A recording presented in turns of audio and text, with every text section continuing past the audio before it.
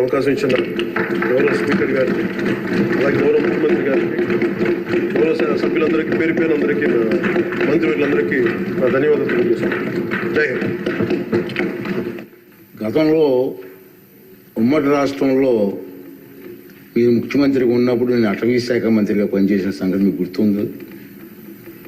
అప్పుడు మీరు ఒక కార్యక్రమం చేపట్టారు. అందరికీ సంతోషకర కార్యక్రమం అది గుర్తు చేయాలని మీ సమావేశంలో మీకు తెలియజేస్తున్నాను. ఆ రోజుల్లో మీరు గ్రీన్ కార్ప్స్ అని చెప్పి ఒక కార్యక్రమం పెట్టారు సార్. ఇప్పుడు పవన్ కళ్యాణ్ గారు ఆ శాఖలో మంత్రిగా ఉన్నారు, అటవీ శాఖ మంత్రిగా ఉన్నారు. అప్పుడు అటవీ శాఖ ద్వారా కార్యక్రమం చేసాం సార్. అప్పుడు ఉమ్మడి రాష్ట్రంలో సార్ ఉప ముఖ్యమంత్రి గారు 5 లక్షల మంది పిల్లలని సార్ తయారు చేశారు. హై స్కూల్స్ నుంచి జూనియర్ కాలేజ్ నుంచి. విద్యాశాఖ మంత్రి గారు కూడా ఇక్కడ ఉన్నారు సార్, మీరు కూడా వినాలి సార్. 5 లక్షల మంది కుర్రవాళ్ళని పిల్లలు తయారు చేసి గ్రీన్ కార్ప్ అని పేరు పెట్టాం. సార్ ఆఫీసులో కూర్చొని ఒక పిలిపిస్తే 5 లక్షల మంది ఒకే రోజు 5 లక్షల మొక్కలు ప్లాంటేషన్ చేశారు సార్. అటువంటి కార్యక్రమం అనకూడదు, నోరు జరుగుతుంది నాకు. ఈ ప్రభుత్వం వచ్చిన తర్వాత కనుమరుగు అయిపోయింది సార్. మళ్ళీ ఒకసారి విద్యాశాఖ మంత్రి గారు, మీరు ముఖ్యమంత్రి గారు ఆలోచన చేసి ఆ కార్యక్రమం పెట్టండి సార్. చిన్నపిల్లలు 10th క్లాస్ ఇంటర్మీడియట్ పిల్లలు మొక్కలు నాటే కార్యక్రమాల్లో పర్యావరణం మీద అవగాహన వచ్చే కార్యక్రమం మంచి కార్యక్రమం సార్. దాన్ని మళ్ళీ రివైజ్ చేస్తే బాగుంటుందని చెప్పి నా ఆలోచన సార్.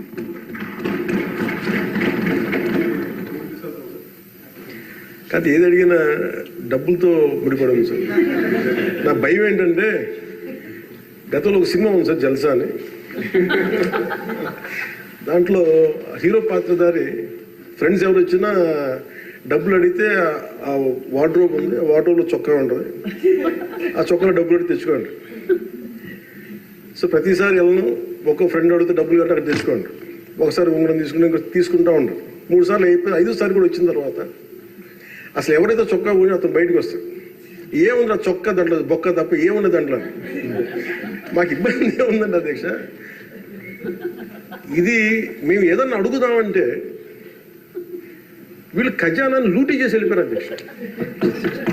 వాళ్ళు ఎందుకు ఫేస్ చేయలేకపోతున్నారంటే మన మీద కోపం కాదు, మనల్ని ఫేస్ చేయలేక, మన ద్వారా ప్రజల్ని ఫేస్ చేయలేక.